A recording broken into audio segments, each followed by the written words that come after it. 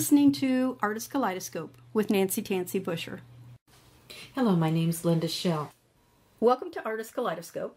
Our guest today is Linda Lee Schell. She has 2 books out, Come Along With Me and The Palace Buzz. Your main characters are a dwarf kangaroo and a Maine Coon Cat, which happens to be a long-haired cat, native, and also the state cat of Maine. How did you ever think of these characters? They're so clever. I needed a friend for the Maine Coon Cat, and a mouse was too common. I decided that we needed get well, stay well stuff to propel the story forward for miracles, or not necessarily miracles, but magic. So I decided to make Gracie into a kangaroo. She needed to be someplace special, and that's how I came up with the 36th universe. Gibson is the name of a cat, a beautiful cat in our neighborhood, and our cat is a black cat. So I drew from Gibson's personality from our own cat, who is black. That's why I chose black. I see. I think this is why I thought this was a children's book, because your characters are so lively and so colorful. Now, is this a sci-fi? Because we're talking planets here. Not at all. Gracie is on her way to her heart's desire, St. Petersburg, Russia. She's traveling through the universes. Inadvertently, she ends up on a farm in St. Clair, Pennsylvania. While she's waiting for her spaceship to come back and get her where she needs to go, Gibson is dropped off in a ditch in front of a cornfield, in front of a great big 200-year-old white farmhouse. So now they're marooned on the farm. She can't get back. They're stuck on that farm. It's a little bit of science fiction, you might say. It's an awful lot of fantasy. It's a lot of fun. It's a comedy in a sense. It's a book that an 8-year-old could read, a great-grandfather could read. And when I say great-grandfather, I sold it to a great-grandfather, and he drove 28 miles to come back and get 2 more sets for his other great-grandchild. Oh my gosh. So it's a book that an adult will enjoy reading to their child. Is it a chapter book? Yes, it is a chapter book. How many chapters would you say? In the first book, 19 chapters. I believe it's 18 chapters in the second book. The second book is wild and wacky. The first book is warm and fuzzy. I want to get children interested in history, and there's a lot of things in the second book that are true, that are just unbelievable, and I hope to encourage children and adults to look further and say, wonder what happened. Is this really true? I think Russia is a fun topic right now. That whole area, in the past, we didn't know anything about them. I mean, they were the enemy, and that was all we knew. And now we're all friends. The problem is they keep changing the names of the countries. For those of us who grew up with an old globe, I have enough trouble remembering these things without them changing the names. In order to write the second book, I had to do a great deal of research. The second book takes Gracie into the Gilded Age of Catherine the Great. Yes, you brought up a point that we knew so little about them, and what we knew was very skewed. Some of my friends are teasing me that my protagonist wants to go to St. Petersburg, Russia, and we laugh that Putin just rained on my parade. And I want to say, well, but Gracie always carries an umbrella. This book and the third book that's coming out, it's important to read to get an understanding for Russia, because you hit on a very key point. People don't understand. And I want to bring up this point. It's very sad, but the American people didn't know this, and it's just coming out. The figures range from maybe 20 to 28 million men, women, and children perished in World War II. The Russians paid a very dear price for our freedom during World War II, and we need to get that out. They were held under wraps by a very paranoid Stalin. He kept that information out. He killed at least 20 million of his own people before the World War II. Those figures are staggering. Yeah. This should be a happy time, our discussion, but life is life, and I think that needs to be brought to the table. That's true. In anyone's life, child or adult, there are good times, there are bad times. Someone said, when were you the least happy? It had to be 78. My husband died in August of 78.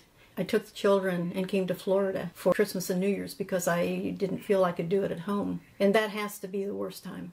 And then I stop and think, well, what was the best time? I have to make a list because the good far outnumbers the bad. Yes, it does. And that's how we grow.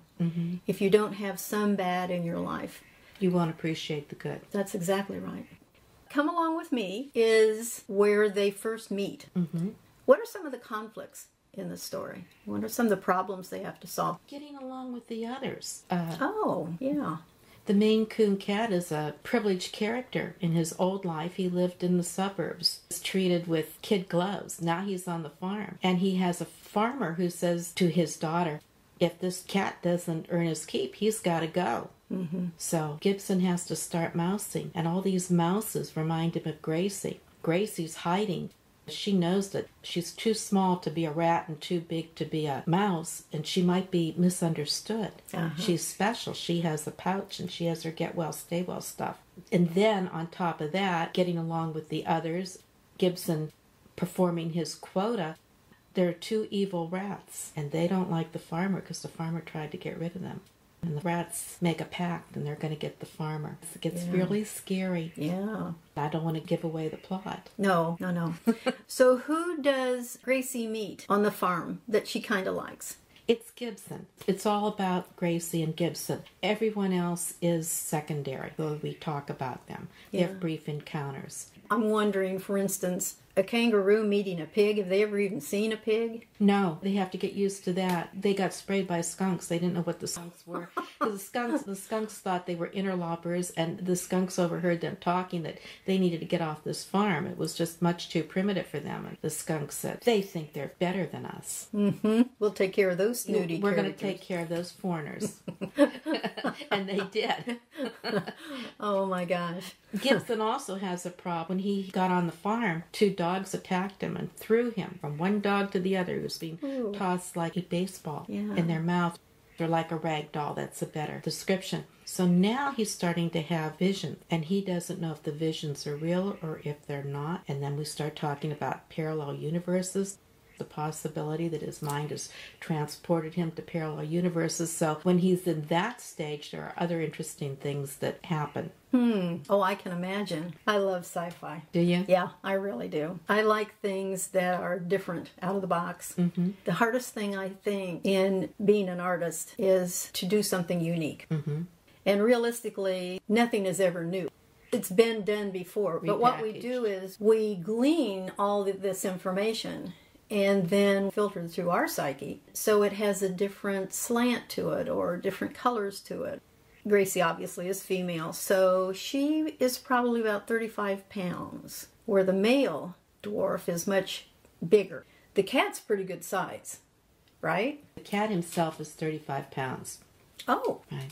I did research, and the cat... Oh, excuse me, I misspoke. The cat is 25 pounds. Oh, okay. I misspoke. Gracie, I don't think she's much more than 8 pounds. Oh my, that makes her awfully little. She's very little. She's from the 36th universe. No wonder she's worried about being mistaken for a rat or a mouse. Right. Yeah. Right. There is such a thing as a dwarf kangaroo, or maybe it's just a marsupial, which has a pouch, and it's in New Guinea. It is very small, maybe 8 pounds, but that marsupial doesn't look like a kangaroo. Gracie looks like the Australian kangaroo. Yeah, just much smaller. Just very, very small. And that's what makes her so special when people see her. And it makes something of a problem because people want her. And that's kind of what gets them into trouble. Oh, uh-huh. People also want Gibson because he's very handsome. They are beautiful cats. Yeah, he's very beautiful. When they're in the age of Catherine the Great, Catherine sees him. Mm-hmm. And she wants Gibson. Mm-hmm. And when he's stolen and put into the carriage, Gracie goes after. She wants to save them, and the people in the carriage think she's a rat, and they try to step on her and get rid of her and get her out of there. But Catherine's son realizes, oh no, she's special. And they pick her up and they look at her and they see how beautiful she is, and oh, she's something special too. She's a curiosity. Mm-hmm. The royalty wanted curiosities in that day and age. Yeah. They wanted something special that set them apart to show off to other countries. Right. What would you say the message is in your first book? It was to encourage people to have an interest in St. Petersburg, in the beauty of St. Petersburg. Maybe that's the thrust. The message, of course, is the good triumphs over evil. Mm-hmm. There is evil that takes place and good triumphs. Mm-hmm. It's just the age-old story. Told in a different manner. It's told in a different manner, yeah. right. I like the idea of the palace buzz and meeting Catherine. I have to guess, are they going back in time? Once they get off the farm, once they find the key, Gracie lost the key to start her time warp to get her off the farm, but they did find it, and then they do leave. In the second book, on their way to St. Petersburg, the planet Jupiter shimmies over just a little bit, and a meteorite hits their space capsule and knocks them into Catherine's age. That's how they get there. Okay. The space capsule careens down into St. Petersburg, but they get there safely. Auntie Zappa materializes. She's Gracie's ancient aunt and explains to them what happened. And she says, lay low because we're going to send another time warp tube to come rescue you. But in the meantime, Catherine sees them at the post office. And this is true. The post office was the center of activity in Russia's golden age. Yeah, chandeliers, there was a band, there was a banquet hall, people got married, the postman worked on commission. Auntie Zappa tells Gibson, you can bake food from the eatery. Gracie, stay out of sight because they're going to want to keep her if they find her. This land thrives on curiosities, and they're hearing this menagerie down the street, which is full of all different kinds of animals from all over the world. And that's true, too. They did have menageries. Well, as it turns out, it's not Gracie they're after. Catherine sees Gibson, and they steal him from the post office. And then the fun begins because they meet the wacky Peter, her husband. Who, in real life, it's true, he played with toy soldiers when he was Tsar. And he terrained his hunting dogs across the palace constantly. And they slept in the palace. And he didn't always have their hygiene attended to. During different stages of our history, Queen Victoria prided herself on the fact that she'd had 2 baths in her life. When she was born and when she got married. 2 baths. Oh my goodness. Oh, yeah. I understand she was quite an interesting character. You see the stories of the French, and they've all got their little hankies. It's because of the lack of sanitation. Everything smelled so badly that they would have to put something up to their nose. Yes, when we were in Europe, one of the palaces in Germany, we were told when they cleaned out the latrine or whatever, they dumped it right outside the window, and the manure and everything was piled up. And well, the moats. Maybe that's why. It's not that people were afraid of drowning in the moats. They didn't want to get in that yucky stuff because that's where they threw all the sewerage. You just can't understand it. They believed that they didn't need to take a bath. That was for peasants. That's what the royalty believed. Incomprehensible. And of course, that's about the time they experienced the Black Plague. And you would think there's been intellect throughout time. Plato and Socrates and all these intellects that must have been lost. Well, we're on the other end of the spectrum now. We are so clean that, we're creating hothouse plants. I don't understand how the royalty was well educated. I believe most of them were. I know Catherine was very well educated. She learned Latin. She completely learned everything about Russian. She was born in Germany, by the way. Oh, I didn't know that. Yes. And so was the Tsar, her husband. Peter. I just can't understand with all their education, even though it might not have been in hygiene, a lot of them were intelligent people, why they couldn't figure out that they needed a bath more often. I don't understand that. Catherine's husband was Peter the Great's grandson. And Elizabeth, who was Tsarina at the time, had no children, and she needed to find an heir. So that's why she went to Germany. That's how a German Tsar ended up in Russia. And unfortunately, Peter loved everything German. When he became Tsar, he forced his special guard to wear the German blue, and he stripped them of their green uniforms. You can imagine how that would fly in America. That's one of the reasons why they wanted to get rid of him. The royalty had to marry royalty. Right. Very often, brothers and sisters would be royals in different countries. In France, in Germany, in England, of course. And I'm trying to think if there were any other.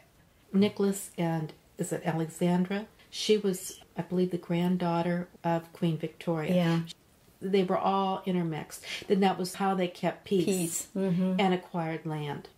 Catherine, to her credit, even though she was a minor princess from a small minor royal family, when she came to Russia from Germany, she changed her name to Russian. She embraced their church. She might as well have been born in Russia and had ancestors going all the way back, because she loved Russia and she wanted the best for them. She was the queen. After her husband died in a coup, she became the Tsarina. She was supposed to be a regent because it was her son who would have been the heir. Right. And she was just taking over until he was old enough. Yeah. But in her mind, that wasn't going to happen. Mm-hmm. She managed to gain power for herself. I think she did a good job. About how long did she reign? A long time. She was an old woman. Oh, really? Oh, yes. So her son didn't just move in when he came of age? Oh, no. She had the power. She had amassed the power that just didn't happen. And they did not get along either. I can see where she would be a little bit hard to live with for him. Yes. She would be doing everything in her power to keep him down, control. The only ones I really have heard much about was the last Tsar. Of course, they were related to the English royals. How heartbreaking to have their whole family. It was horrible. Unfortunately, they forgot that they were there for the people. Something had to change. They were serfs for a long time after Europe had long left serfdom. Movies and things that I saw always depicted the Russians as poor, hungry, cold. I hope my books dispel that. A lot of times that was true, but a lot of times it wasn't. So much has been kept from us. Yeah. And that's why I wrote this book. I was inspired. I saw a travelogue of St. Petersburg. It is a magical, beautiful city. The Hermitage, one of her many palaces, is far superior to French Versailles. It's called the Russian Versailles. Peter built that city to impress the West. So St. Petersburg is a conglomeration of styles from many different lands. It's just enchanting. It has 101 islands connected by, I've seen different figures, maybe 500 to 600 bridges. Can you imagine? This city was built on a bog, a swamp. It should have never made it, but it did. They figured out a way. Reminds me of Charleston. I lived in Charleston for about 12 years, and they had a snowstorm, and it rained ice. Well, Charleston, South Carolina, they don't know how to deal with weather like that. And coming from Indiana, I could have told them. But what they did was they threw sand on the ice. You drive over it, and the next thing you know, you've created cobblestones. After this particular storm, I was stuck because you couldn't cross the bridges. I realized what it must have been like prior to all these bridges, when everything was an island. 101, you say? 101 bridges. Wow. And there was a great poem by Pushkin that's now known as the Bronze Horseman that is about one of the storms that flooded the city. Oh, there's another story for you. He shows up in the third book. Well, the poem shows up in the third book. Yeah. So give us a little hint as to what the third book's going to entail. Gracie and Gibson finally managed to get there in the 1950s. And we're going to learn about St. Petersburg, and we're going to see some of the beautiful buildings and modern St. Petersburg. Kids today won't look at it that way, but... Did I say modern? No, you said in the 1950s. Actually, St. Petersburg in the 1950s was probably a dismal place because they had just come through a war. Oh, yes. They were under siege for 3 years. They were cut off from food so much they were starving to death. And Gracie's book is like St. Petersburg today. It's just gorgeous and beautiful, and everything's happening. We learn a little bit about some of the problems in Russia. In one of the scenes, there's a bribe. They also end up in a gulag for a short period of time. Is that a jail? That is a jail, yeah. And they navigate their way through. They even meet Gorbachev when he was a teenager, when he was dating his wife. We have a short encounter with Khrushchev. With or without his shoes on? With his shoes on. In one of his good moods. Yeah, okay. And Sergei, his son, and Van Cliburn, the famous pianist who bridged East and West together with his beautiful music. He's from Texas. Van Cliburn was a young Texan. I think he was maybe 23 when he performed in the Tchaikovsky competition, blew the Russians away. They loved him. They embraced him. They threw flowers and pictures and jewelry on the stage to show their love for him. He was to the Russians what Elvis is to us. Oh, wow. He was great. And that's how Sergei Khrushchev, Premier Khrushchev's son, met Van Cliburn, and they remained friends until Mr. Cliburn's death. Mm. I can't wait to read it. I'm still fussing with it. We're referring to the picture on the business card. Right. It's known as the Admiralty, built in the 1700s. It was a fortress built by Peter the Great. It was for the naval operations to protect the city. At one time it became a jail. It's a great historic building. And the steeple is the highest point in St. Petersburg. You're now a member of ABC, Artisans of Books for Children and Adults. You are listed with the Inglewood authors. Yes. I really appreciate you coming in today and speaking to me. Thank you.